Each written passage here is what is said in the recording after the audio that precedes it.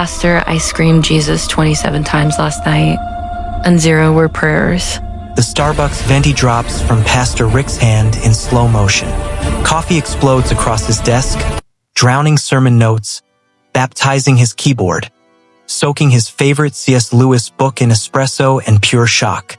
His mouth hangs open, glasses sliding down his nose, and for 10 full seconds, the only sound in that First Baptist office is the drip, drip, drip of caffeine hitting carpet.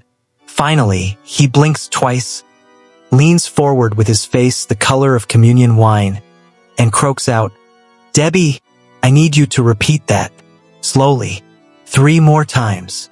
And Debbie Ann Thompson, Saint Debbie, the 48-year-old prayer warrior who'd led the 6 a.m. circle for 12 years, says it again, louder, clearer, with 0 shame in her voice. Now you're wondering, how does a woman who hadn't been touched in 12 years, who organized every church bake sale and counseled teenage girls about purity, end up confessing this to her pastor on a Sunday morning? What kind of man makes a saint scream his name 27 times in one night?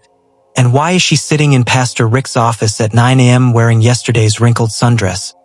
Mascara streaked down her face like war paint, barefoot because her shoes became casualties somewhere between midnight and dawn. Well, buckle up, because 6 hours earlier, Debbie had done the walk of shame at 6:05 a.m. while Mrs. Henderson filmed it on her iPhone, and the prayer chain group chat exploded with 400 messages before she even reached her own driveway. The man responsible, Bobby Mac McAllister, 73 years old, tattooed, wheelchair-bound, ex-NASCAR mechanic turned multimillionaire with green eyes that shoot literal sparks and a black Escalade that costs more than most people's houses. The night before, Hurricane Nicole knocked out all of Miami's power at 8:17 p.m.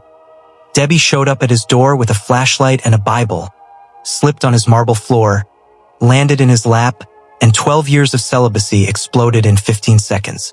What happened next on that Italian leather sofa lasted 4 hours, and those 27 times she screamed Jesus.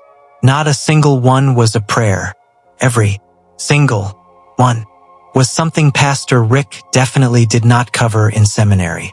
So if you're over 40 thinking your story's already written, if you've been playing saint while your soul screams for something real, or if you've ever wondered what happens when you stop apologizing for wanting what you want, this story is your permission slip to burn it all down and start over. This is how Debbie went from Miami's holiest church lady to viral TikTok sensation. How a wheelchair never stopped Bobby Mac from being the most dangerous man in Coral Gables, and how love after 48 can be hotter, messier, more expensive, and way more sacred than anything you experienced at 25. Let's go back to the beginning, 8 years before that confession. Back when Debbie was still pretending, she didn't notice the tattooed devil next door watching her water roses every single sunset. Because this story, it starts with a broken heel, a hurricane, and a woman who was one night away from remembering she wasn't dead yet. Before we dive into how this happened, do me a quick favor. If you're over 40 and tired of stories that treat us like we're invisible, hit that subscribe button right now. This channel is for us, the ones who refuse to believe life ends at 40, who still have fire in our veins, who deserve stories that reflect our reality. Drop a comment saying still burning at your age. So I know you're here. I read every single one. Now, let's go back to where this all started.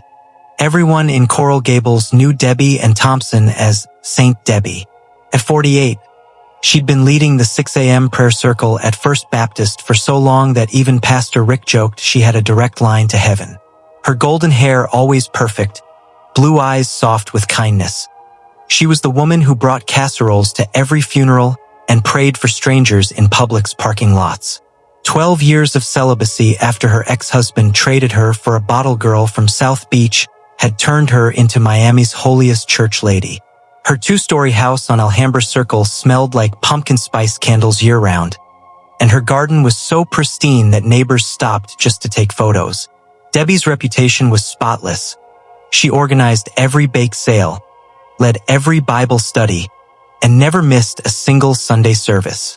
The prayer chain moms trusted her with their deepest secrets, and teenage girls asked her advice about staying pure until marriage. She was living proof that a woman could survive heartbreak and come out stronger, holier, untouchable. But what nobody saw were the nights. The long, silent nights when Debbie sat alone at her kitchen table, staring at old wedding photos she should have burned years ago. She'd whisper prayers through clenched teeth, asking God why he'd let a good woman waste away in an empty house while sinners thrived in South Beach clubs. Her Bible was highlighted in 3 different colors, pages worn thin from desperate searching for answers that never came. She smiled every Sunday, but inside, something was dying slowly. The loneliness was eating her alive, bite by bite, year after year. She'd perfected the art of looking content while her soul screamed for something more. Something she wasn't even allowed to name out loud. And then, one ordinary Tuesday afternoon, while watering her roses in the front yard, she noticed the black Escalade parked next door. The man inside had green eyes that seemed to shoot sparks straight through her chest. Debbie dropped the hose, water flooding the driveway, and for the first time in 12 years, she felt something dangerous wake up inside her. The church ladies thought Debbie slept like a saint, peaceful, pure, dreaming of angels and Bible verses. But the truth? At 3 a.m. she was wide awake, staring at the ceiling fan spinning in the dark, body aching with a fire no amount of prayer could put out. 7 vanilla-scented candles burned on her nightstand, flames flickering while she fought a hunger she'd buried for 12 long years. She'd clutch the sheets, bite her lip until it hurt, terrified the neighbors might hear even the smallest sound through the walls. This wasn't the woman who led prayer circles. This was a woman coming undone in the silence, night after night. The wet dreams were the worst part. She'd wake up tangled in sweat-soaked sheets, her body trembling, Pastor Rick's Sunday sermon about purity echoing in her guilty mind. Debbie would drop to her knees on the cold tile floor, praying so hard her voice went hoarse, begging God to take away the hunger that clawed at her insides every single night. She'd scrubbed her skin raw in the shower more times than she could count, trying to wash away the feeling of phantom hands that never existed.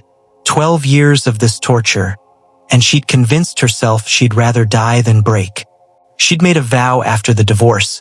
She'd stay pure, become a born-again virgin, prove to everyone that a woman didn't need a man to have purpose. The prayer chain moms praised her strength, called her an inspiration, asked her to mentor their daughters on waiting for the right one.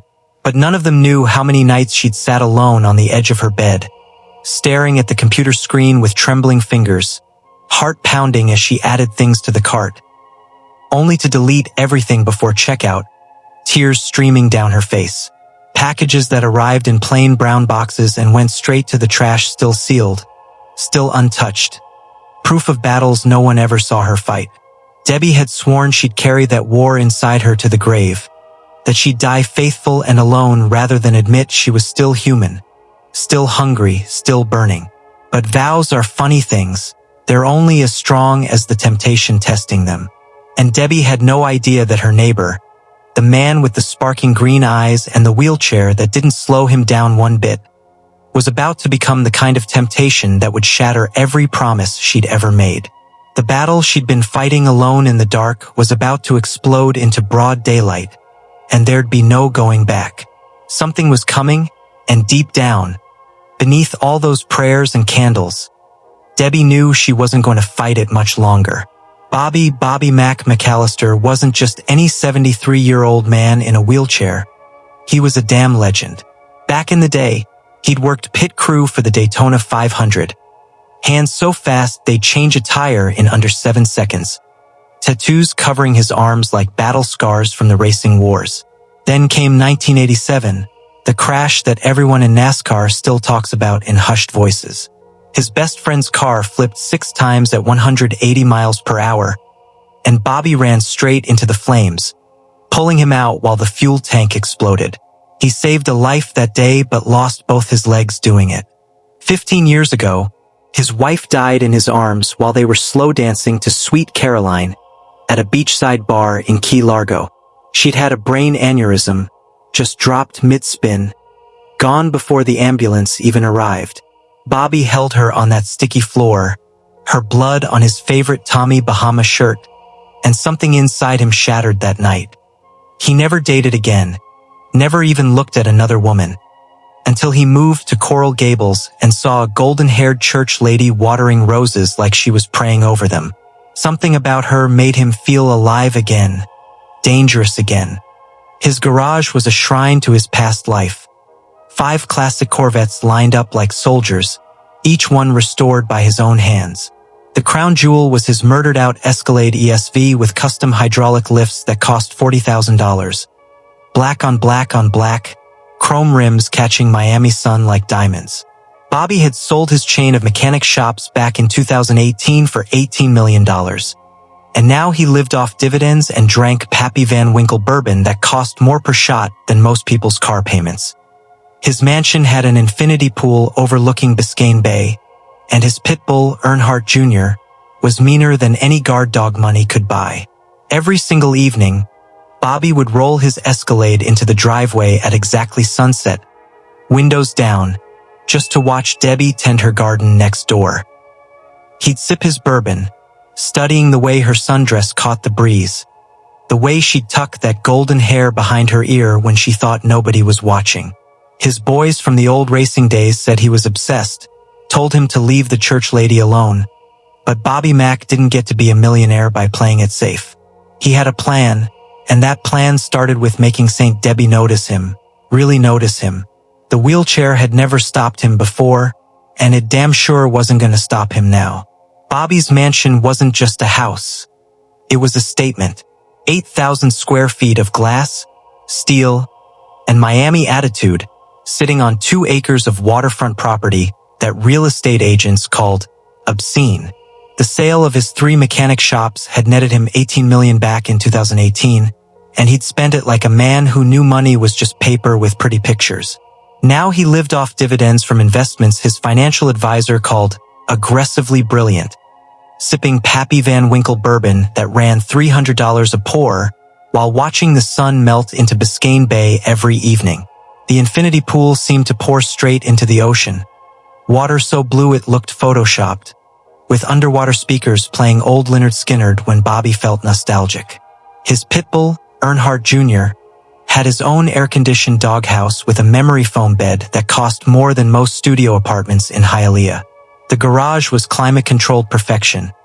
5 Corvettes in cherry condition, each one a different era of American muscle, polished so bright you could see your sins reflected in the paint. But the real showstopper was that Escalade ESV, murdered out black with those $40,000 hydraulic lifts that let him roll in and out like royalty. Every sunset was Bobby's favorite time of day, and it had nothing to do with the view of the bay. He'd park that Escalade right in his driveway, positioned perfectly to see over the hedge into Debbie's front yard.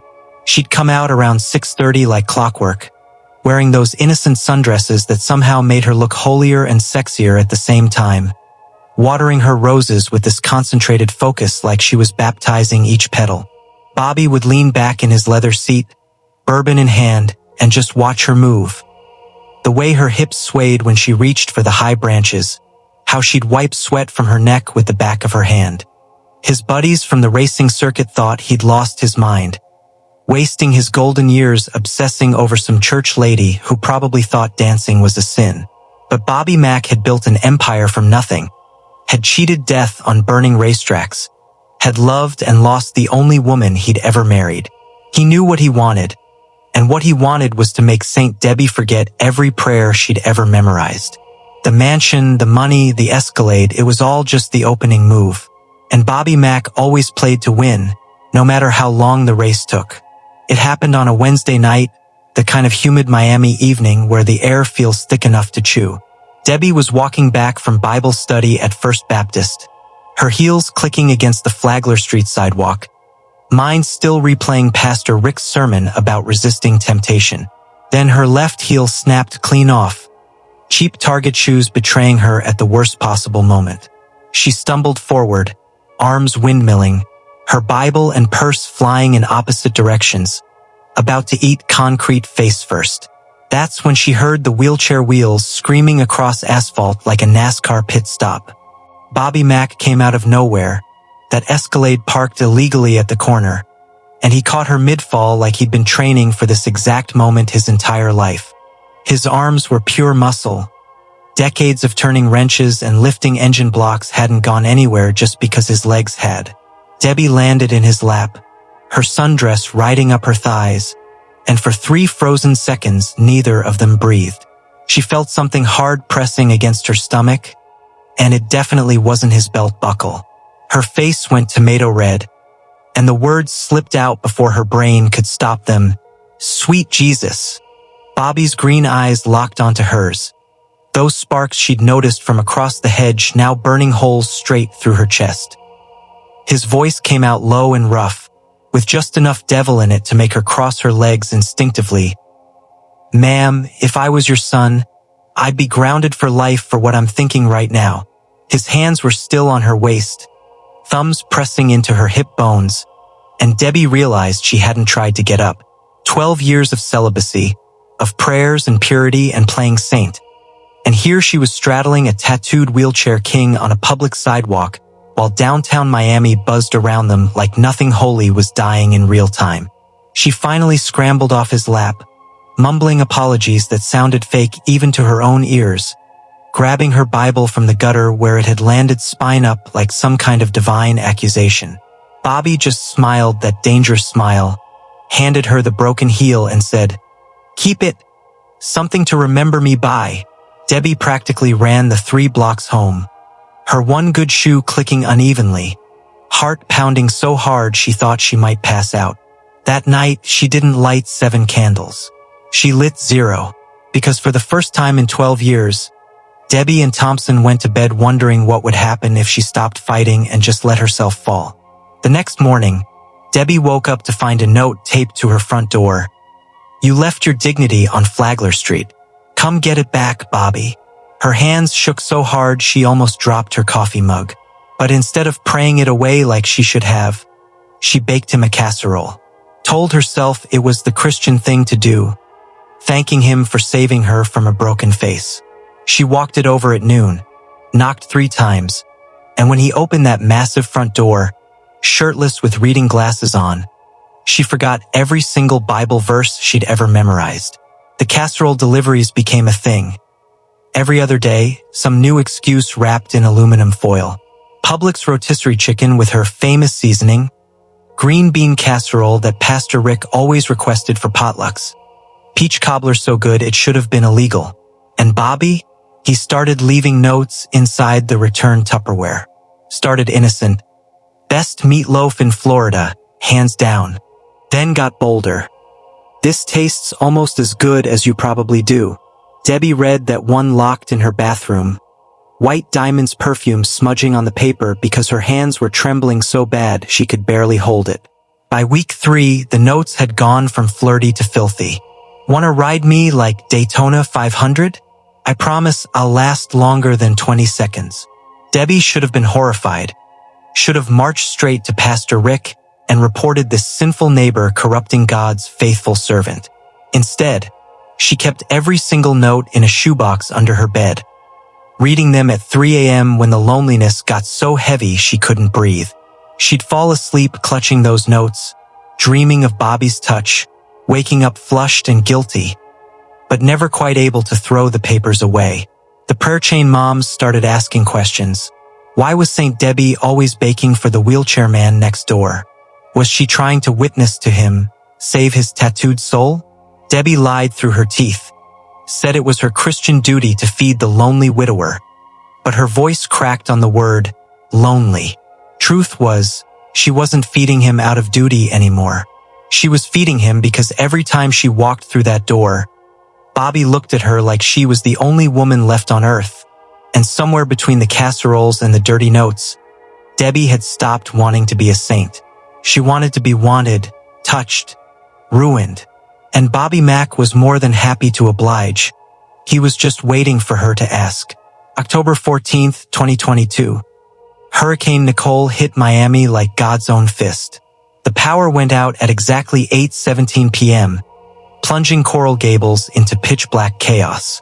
Debbie sat alone in her dark kitchen, listening to palm trees snapping outside like toothpicks, her phone at 4% battery. She'd been clutching her Bible for 2 hours, praying the storm would pass, when she remembered Bobby next door. Alone, in a wheelchair, probably couldn't even get to his generator if something went wrong. Christian duty kicked in, or at least that's what she told herself while grabbing a flashlight and pulling a raincoat over her nightgown. She knocked on his door 3 times, wind whipping her golden hair into a tangled mess, rain soaking through her coat in seconds. When Bobby opened the door, shirtless with a bourbon in hand and that devil smile glowing in candlelight, she knew she'd made a mistake, the good kind. Well, he drawled, wheelchair backing up to let her in. St. Debbie making house calls during the apocalypse. Come to save my soul or something else. She stepped inside, water pooling at her feet, and that's when her wet shoe slipped on his marble floor. Everything happened in slow motion, her body falling forward, Bobby's arms catching her. 12 years of celibacy shattering the second she landed in his lap. Their eyes locked, her chest pressed against his. Rain and candlelight and something primal crackling between them like lightning. Neither of them spoke. Debbie's Bible hit the floor with a thud that sounded like a gavel. Then Bobby's hand slid up her neck into her soaked hair, pulled her face down to his, and kissed her so hard she forgot her own name. 12 years exploded in 15 seconds. Every lonely night, every shameful prayer, every wet dream she tried to drown in scripture. She kissed him back like a drowning woman gasping for air, fingers digging into his tattooed shoulders. That nightgown suddenly way too much fabric between them. What happened next lasted 4 hours on that Italian leather sofa, and Debbie screamed Jesus 27 times. Not a single one was a prayer. Bobby's hands knew exactly where to touch, how much pressure, when to be gentle and when to be anything but. The hurricane raged outside, but inside that mansion, a different kind of storm was tearing through St. Debbie's carefully constructed walls. By the time the eye of the hurricane passed over at midnight, she was a completely different woman. Hair wild, lipstick smudged, nightgown somewhere near the fireplace. Bobby pulled her close, kissed her forehead, and whispered, "Welcome back to the living, baby." And Debbie, exhausted and exhilarated and absolutely ruined, could only laugh because she'd never felt more alive in her entire 48 years. Dawn broke over Miami at 6:05 a.m., and Debbie Ann Thompson was doing the walk of shame in yesterday's wrinkled sundress, hair looking like she'd been electrocuted. Mascara streaked down her cheeks like war paint. She tried sneaking across Bobby's front lawn, praying none of the early morning joggers would recognize her. But Mrs. Henderson from 3 houses down was already power walking with her iPhone out. By the time Debbie reached her own driveway, the prayer chain group chat had exploded. 400 messages in 20 minutes, screenshots flying, speculation running wilder than Hurricane Nicole had the night before. She stood in her own kitchen, staring at her phone like it was a live grenade, watching the messages scroll. Is that Debbie? No way. Must be someone else. I'm zooming in. That's definitely her blue topaz bracelet. Call emergency prayer meeting. Her hands were shaking so bad she could barely hold the phone. She'd led these women in Bible study for 8 years, baptized their daughters, organized their charity drives. And now they'd seen her stumbling out of Bobby Mac's mansion wearing yesterday's shame like a scarlet letter. There was no lying her way out of this one, no casserole excuse that would fly. The truth was about to detonate. By 9 a.m., Debbie was sitting in Pastor Rick's office at First Baptist, the same office where she'd counseled teenage girls about staying pure, where she'd cried about her divorce 12 years ago. Pastor Rick sat across from her, Starbucks venti in hand, reading glasses perched on his nose, waiting. The silence stretched so long Debbie thought she might throw up. Finally, she looked him dead in the eye and said it. Pastor, I screamed Jesus 27 times last night, and 0 were prayers. The coffee cup slipped from his hand, hit the desk, exploded everywhere. Hot liquid soaking his sermon notes, his keyboard, his favorite C.S. Lewis book. Pastor Rick just stared at her, mouth hanging open, coffee dripping onto his khakis. Then he blinked twice, leaned forward, and said in a voice that sounded strangled, "I need you to repeat that, slowly, 3 more times." So Debbie did, each repetition louder than the last, watching her pastor's face cycle through shock, horror, confusion, and something that might have been jealousy. By the 3rd time, he was laughing, not the judgmental kind, but the kind that happens when reality gets so absurd you either laugh or cry. He pulled off his glasses, rubbed his eyes, and said, "Debbie, I've been preaching abstinence for 20 years, and you just broke my entire theology in 1 sentence." The question was, what came next? Because the whole church was about to find out, and mercy wasn't usually their strong suit. By Tuesday afternoon, the petition was already circulating, 73 signatures demanding Debbie's immediate removal from the Flower Committee, the prayer chain, and basically every ministry at First Baptist Coral Gables. Linda Kowalski, who'd never liked Debbie anyway, had typed it up in 14-point Arial font with bullet points explaining why moral compromise couldn't be tolerated in leadership. The petition made its way through every Bible study group, every women's luncheon, printed and passed around like contraband. Debbie's phone buzzed nonstop with texts that ranged from "praying for you" to "you've disgraced us all." Saint Debbie had fallen, and the church ladies were sharpening their knives. The Nextdoor app became ground zero for neighborhood gossip. Someone posted, "Breaking. Saint Debbie got pregnant by the wheelchair guy at 48. Hurricane baby incoming." It had 247 comments within an hour, most of them wildly speculating about wedding dates, secret affairs, whether Bobby was even Catholic. Mrs. Chun from the HOA board posted a photo of Debbie's house with the caption, "Praying for our street's reputation." Debbie sat on her couch reading every single comment, tears streaming down her face, wondering how 12 years of faithful service could be erased by one night of actually feeling alive. The digital scarlet letter was permanent, screenshot, and shared across 3 zip codes. Her sister Rachel drove down from Orlando on Wednesday morning, suitcase packed for 7 days, face set in that, "I'm not angry," just disappointed expression that was somehow worse than screaming. She had a sermon printed out in Comic Sans. 12 pages about sexual purity, consequences of sin, and honoring your temple. Rachel set up camp in Debbie's guest room like she was staging an intervention, armed with highlighted Bible verses and a meal plan that apparently included 0 fun and maximum guilt. "You were supposed to be the strong one," Rachel said, unpacking her clothes with sharp, angry movements. "Mom's probably rolling in her grave right now. A wheelchair man? Really, Debbie?" The intervention lasted 3 hours. Rachel crying, Debbie defending, both of them yelling about things that had nothing to do with Bobby and everything to do with decades of being the good daughter versus the fun one. Rachel brought up Debbie's divorce like it was yesterday, brought up every time Debbie had judged her for dating too soon after her own breakup, brought up Mom's dying words about staying faithful to God. By hour 4, they weren't even talking about Bobby anymore. They were talking about who got to define what a good life looked like, and whether dying alone and holy was really better than living messy and real. The war wasn't just at church anymore. It had invaded Debbie's own home, and surrender wasn't an option either side was considering. The anonymous letter arrived on a Thursday, plain white envelope with no return address. Debbie's name typed in Courier New like some noir thriller. Her hands trembled opening it, still raw from the church war and her sister's judgment.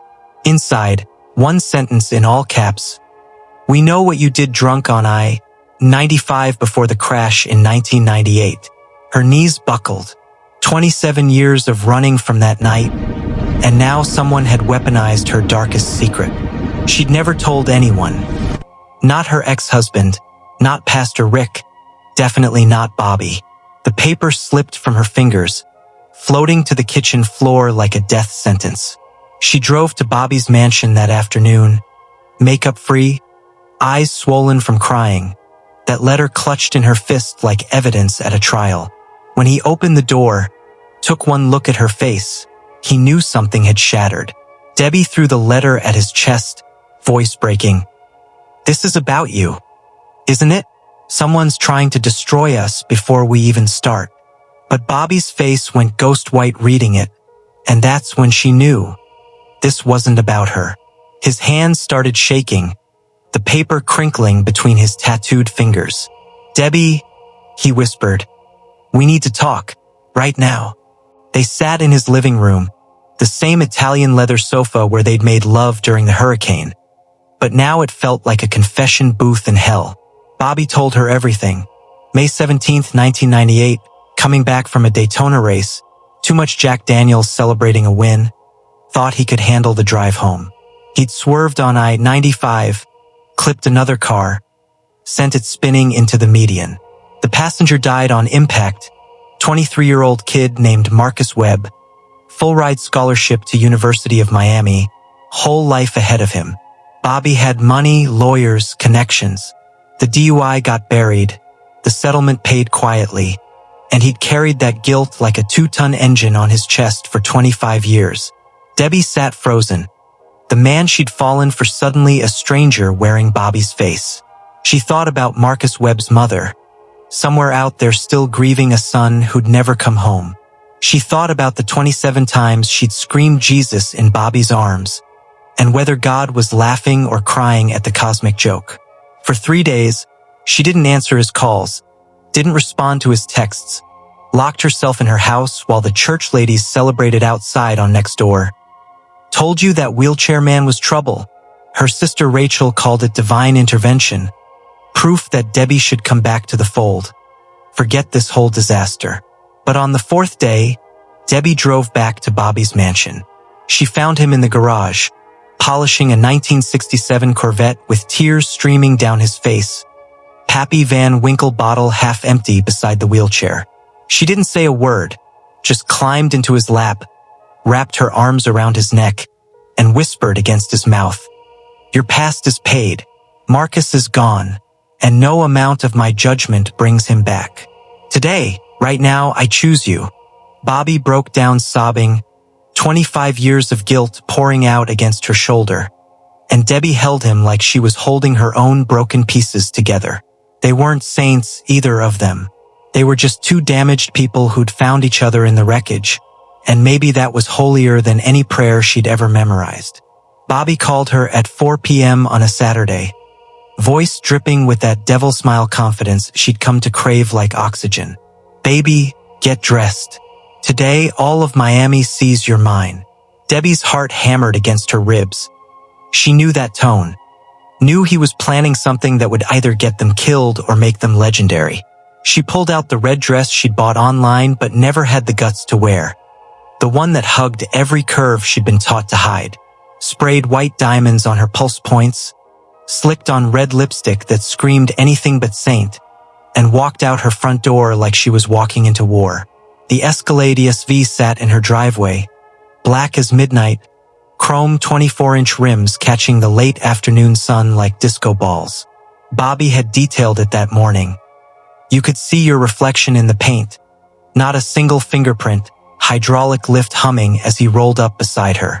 The back windows were tinted a legal dark, but the front was crystal clear, and when she climbed into that buttersoft leather passenger seat, Miguel started blasting through the custom sound system. Ocean Drive was calling their names, and Bobby Mack was about to make sure every Bible study mom in Coral Gables heard about it on the evening news. They rolled down Ocean Drive at sunset, top retracted, Miami heat mixing with salt air and expensive cologne. Debbie's golden hair whipped in the wind, red dress riding up her thighs, and she didn't pull it down. Not anymore. Bobby's hand rested on her knee, thumb drawing lazy circles on her skin, while tourists took photos thinking they were celebrities. They passed Mango's Tropical Cafe, the Clevelander, every Art Deco hotel where Miami's beautiful people posed for Instagram. And there, sitting at a sidewalk table at News Cafe, were Linda Kowalski, Rachel Chun, and for other prayer chain moms, lattes halfway to their mouths, jaws on the ground. Bobby slowed the Escalade to a crawl right in front of their table, made sure they got a good long look. That's when Debbie raised her left hand, let the sunlight catch the 2-carat diamond Bobby had slipped on her finger that morning. Emerald cut, platinum band, worth more than Linda's Honda Civic. The prayer mom's lattes hit the table in synchronized shock, ceramic shattering, espresso everywhere. Linda's face went purple. Rachel grabbed her phone to text sister Rachel in Orlando, and Bobby just laughed that rumbling laugh, punched the gas, and left them choking on exhaust and jealousy. Revenge never looked so good riding shotgun in a murdered-out Escalade. They drove all the way to Key Biscayne, windows down, music up, Debbie's hand out the window riding the wind like she was flying. Bobby pulled into a private beach access his money had bought years ago, cut the engine and just looked at her. Really looked at her the way men look at women in old movies before everything goes Technicolor. "You know there's no going back after this, right?" he said, voice soft under the crashing waves. Debbie leaned over the center console, kissed him slow and deep, tasting bourbon and freedom and the future. "Good," she whispered against his lips, "because I'm done going back. From now on, we only go forward." And somewhere in Coral Gables, the prayer chain group chat was exploding with 600 new messages. But neither of them cared anymore. 2 weeks after the Ocean Drive Revenge Tour, Bobby texted Debbie at noon, "Sunset, Key Biscayne, wear something that makes you feel like the woman you've become." She knew something was coming. Could feel it in the way he'd been quieter lately, more thoughtful, catching him staring at her while she made coffee in his kitchen wearing nothing but his NASCAR t-shirt. She chose a white sundress that floated in the breeze, left her hair down in loose waves, and drove to meet him with her heart doing backflips. The beach was nearly empty, just a few joggers and a guy flying a drone in the distance, capturing the famous Miami sunset for whatever Instagram page. Bobby was already there, wheelchair parked at the edge of where sand met water, wearing a crisp white linen shirt that showed off those tattooed forearms, his green eyes reflecting the orange sky like literal fire. He'd set up a small blanket, chilled champagne in a bucket, and that Bose speaker playing Amazed by Lone Star so soft you had to lean in to hear it. Debbie walked toward him, bare feet in the sand, and she knew. The way women always know when a moment is about to change everything. Her throat tightened, tears already forming before he'd even said a word. "Debbie and Thompson," Bobby started, voice rough with emotion. 48 years you spent being who everyone else needed you to be. Saint Debbie, the prayer warrior, the casserole queen, the woman who'd rather die alone than disappoint the church ladies. He reached into his shirt pocket, pulled out a small black box, and her knees went weak.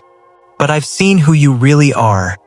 The woman who screams my name at 3 a.m., who kisses me like the world's ending, who chose a broken man with a dark past over her spotless reputation. That's the woman I want to marry. That's the woman I'm asking to spend whatever time I've got left making up for all those lonely years." He opened the box, and inside was a ring he designed himself. 2-carat emerald-cut diamonds set in platinum, with tiny rubies along the band that spelled out 27, in stones so small you had to squint to see them. Bobby had made it in his own garage workshop, the same hands that built racing engines now creating something delicate and permanent. "I know I'm 73, got 2 fake legs and enough baggage to sink a cruise ship, but I love you, Debbie. I love you in a way that makes me believe in second chances, in divine timing, in all that church stuff you tried to teach me. Will you marry me?" Debbie was full-on ugly crying now. Mascara running, snot and tears and laughter all mixed together. She dropped to her knees in the sand beside his wheelchair, grabbed his face in both hands, and said through the sobs, "Yes, yes, Bobby Mac. And I want another 27 Jesus every single anniversary until we're both too old to count." He slid that ring on her finger, pulled her into his lap, and kissed her while the sun melted into the ocean behind them. That drone pilot captured the whole thing, posted it to TikTok Miami that night with the caption, "Wheelchair King proposes to reformed church lady." 8 million views in 24 hours. Comments flooded with crying emojis and faith and love restored messages. The prayer chain moms watched it loop 50 times each, and nobody could tell if they were crying from joy or fury. Probably both. Debbie called First Baptist 3 days after the proposal went viral, asking Pastor Rick if they could use the sanctuary for a small ceremony. The silence on the other end lasted so long she thought the call had dropped. Finally, he cleared his throat. "Debbie, the elders had an emergency meeting. They said no. I'm sorry." She hung up without another word, called 4 more Baptist churches in Miami-Dade. Got the same polite rejection each time. Turns out viral TikTok fame and church approval don't mix, especially when you're marrying a tattooed millionaire who made you scream Jesus for reasons that had nothing to do with salvation. By day 3, Debbie was ready to elope to Vegas and forget the whole traditional wedding dream. That's when Bobby found Father Michael, an Episcopal priest who'd left the corporate church world to do beach ceremonies for people the religious folks threw away, as he put it. Father Michael had silver hair, kind eyes, and a theology degree from Yale that he used to argue why God's love was bigger than church politics. God writes straight with crooked lines. He told them over coffee at a Coconut Grove cafe, studying their intertwined hands across the table. "You two are proof of that. When do you want to get married?" They set the date for 3 weeks out. Same beach where Bobby proposed, sunset ceremony, no permission needed from anyone except each other. The guest list was brutal in its honesty. Only 3 people showed up.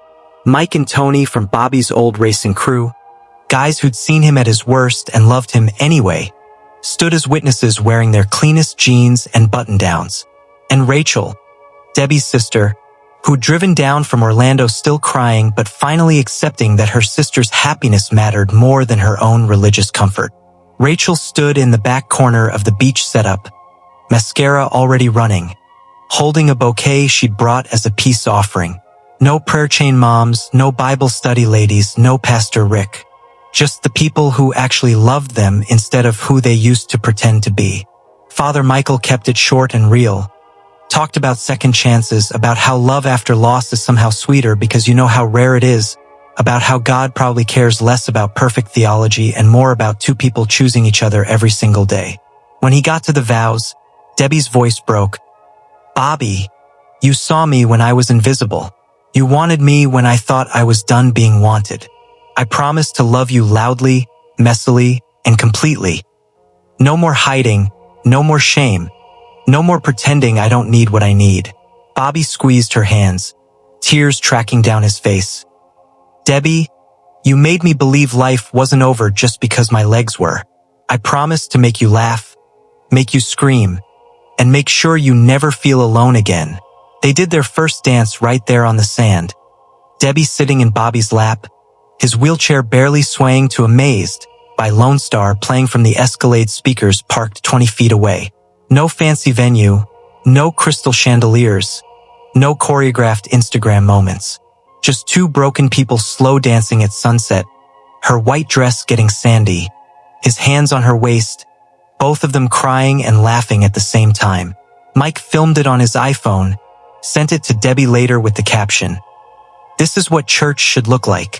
And watching it back that night in Bobby's mansion, their mansion now, Debbie finally understood that holiness had nothing to do with reputation and everything to do with showing up honest, messy, and completely yourself. The church ladies could keep their judgment. She'd found something better. She'd found home. 8 years later, Debbie is 56 and Bobby is 81. And they're still living in that same waterfront mansion like a couple of teenagers who never learned how to behave. Her golden hair has some silver threads now, which Bobby says makes her look like expensive jewelry, and his green eyes still spark when she walks into a room wearing nothing but his old racing t-shirts. The Escalade is newer 2024 model, same murdered out black, upgraded sound system, and Earnhardt Jr. the Pitbull has been replaced by Earnhardt 3 after the original passed peacefully at age 14. But the Sunday sunset routine never changed. Park in the driveway, bourbon in hand, watching the light hit Biscayne Bay like liquid gold. The prayer chain moms eventually got bored with judging them, moved on to scandals involving younger women and less interesting sins.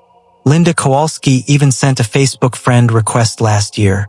which Debbie accepted with the kind of grace that comes from knowing you won. First Baptist got a new pastor after Rick retired, and the new guy actually invited them to a community barbecue. Debbie politely declined, told him they'd found their church in each other and didn't need a building to prove it.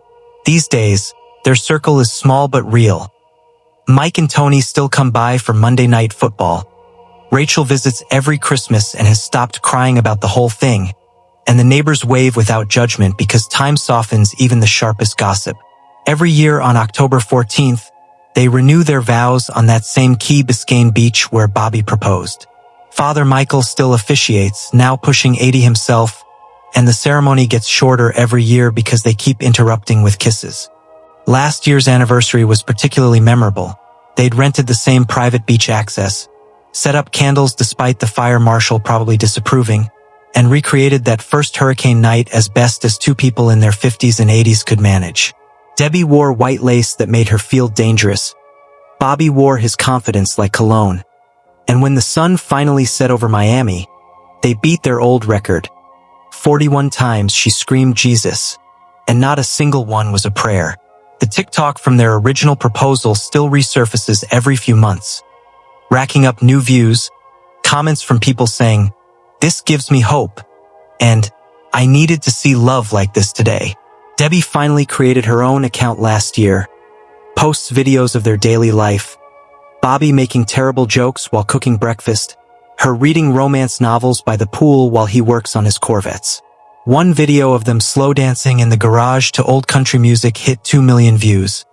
Comment section flooded with people crying about how this is the definition of relationship goals. Who knew that St. Debbie's second act would be as a viral sensation, teaching the internet that life after 40, 50, 60 isn't about settling. It's about finally becoming who you were always meant to be. They're living proof that the best stories don't always start at 20 with perfect bodies and zero baggage. Sometimes the best stories start at 48 and 73, when you've already failed a few times, buried some dreams, and learned that redemption doesn't look like church approval. It looks like finding someone who sees your worst and chooses you anyway.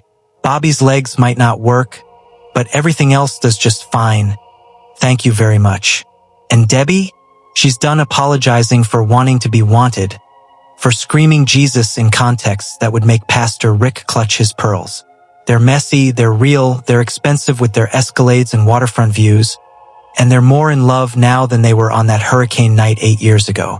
Some people get their happily ever after at 25. Theirs just took a little longer to arrive, but God, was it worth the wait? Here's what nobody tells you about life after 40. It's not the ending everyone makes it out to be. Debbie spent 12 years convinced her story was over, that the best chapters had been written and all that was left was maintaining appearances until death. She'd bought into the lie that passion has an expiration date, that desire is for the young and beautiful, that women over 40 should gracefully fade into casseroles and grandma roles. But Bobby Mack rolled into her life in a wheelchair and proved that everything she'd been taught about aging, about second chances, about what's appropriate for a woman her age was complete garbage. The real story didn't start until she was 48 and finally brave enough to want what she wanted. If you're reading this at 45, 55, 65, thinking your time has passed, this story is your permission slip to stop lying to yourself. Maybe you've been playing saint like Debbie, hiding behind religion or respectability or whatever armor keeps people from seeing that you're lonely, hungry, desperate for someone to look at you like you matter. Maybe you've convinced yourself that settling for crumbs is noble, that wanting more is selfish, that rocking the boat at your age is just embarrassing. But here's the truth nobody wants to say out loud. You're not dead yet, and as long as you're breathing, you get to rewrite the ending. Debbie was one hurricane away from spending the rest of her life watering roses and pretending she was fulfilled. Don't let that be you. Love after 40 hits different because you know what you're risking. You've already survived heartbreak, betrayal, loss. You're not some naive 20-year-old who thinks love conquers all without casualties. When Bobby and Debbie chose each other, they did it with full knowledge of the cost. Judgment, isolation, public humiliation, family rejection. They did it anyway because living authentically messy was better than dying perfectly fake. That's the lesson here. Not that you need to find a tattooed millionaire in a wheelchair, but that you need to stop waiting for permission to want what you want. The church ladies will judge you. Your family might disown you. The neighbors will definitely talk. Choose yourself anyway. And let's be real about the age gap, the wheelchair, the scandal.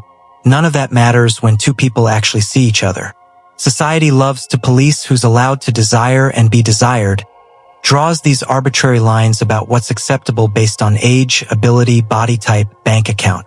Bobby could have dated younger women with less baggage, and Debbie could have found some age-appropriate widower at church.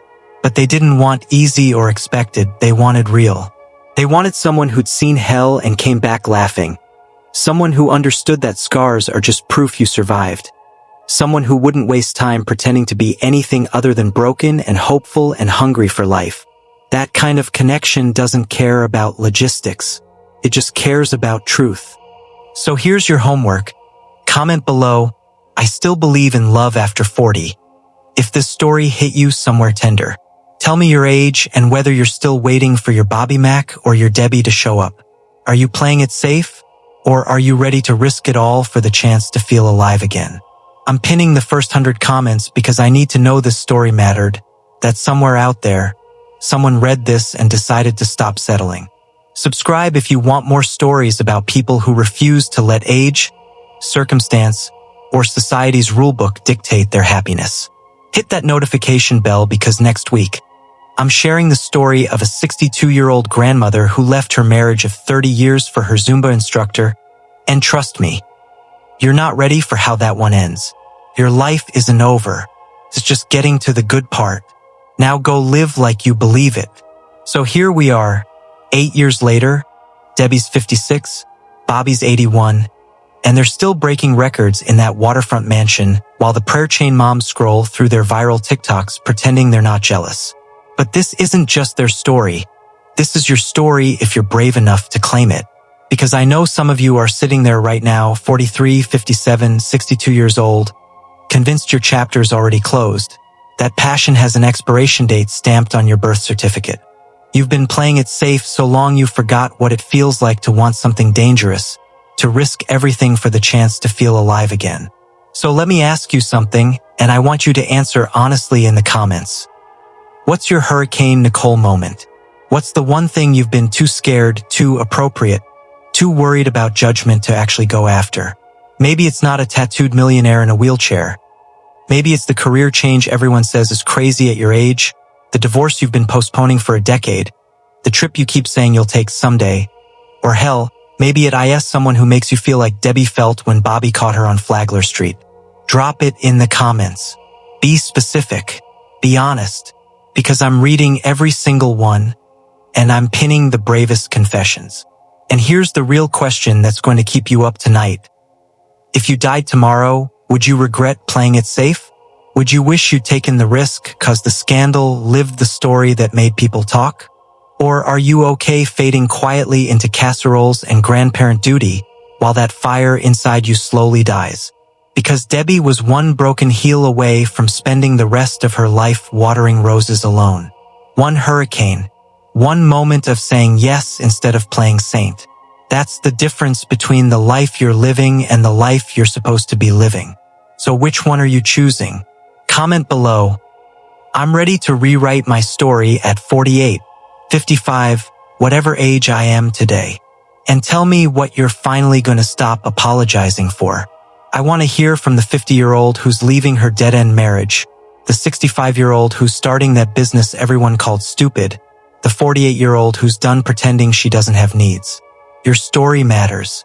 Your age doesn't disqualify you. It makes you more qualified because you finally know what you're risking and you're doing it anyway. And listen, if this story hit you somewhere tender, if you felt seen for the first time in years, do me a favor.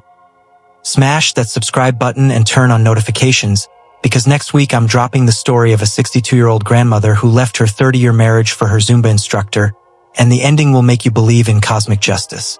This channel exists for one reason: to prove that life after 40 isn't the epilogue, it's the plot twist. So subscribe, Stay here with us, and let's build a community of people who refuse to fade quietly. Your Bobby Mac or your Debbie moment is coming. Make sure you're ready when it arrives. Now go live like you actually believe your story isn't over. Because it's not. It's just getting to the good part.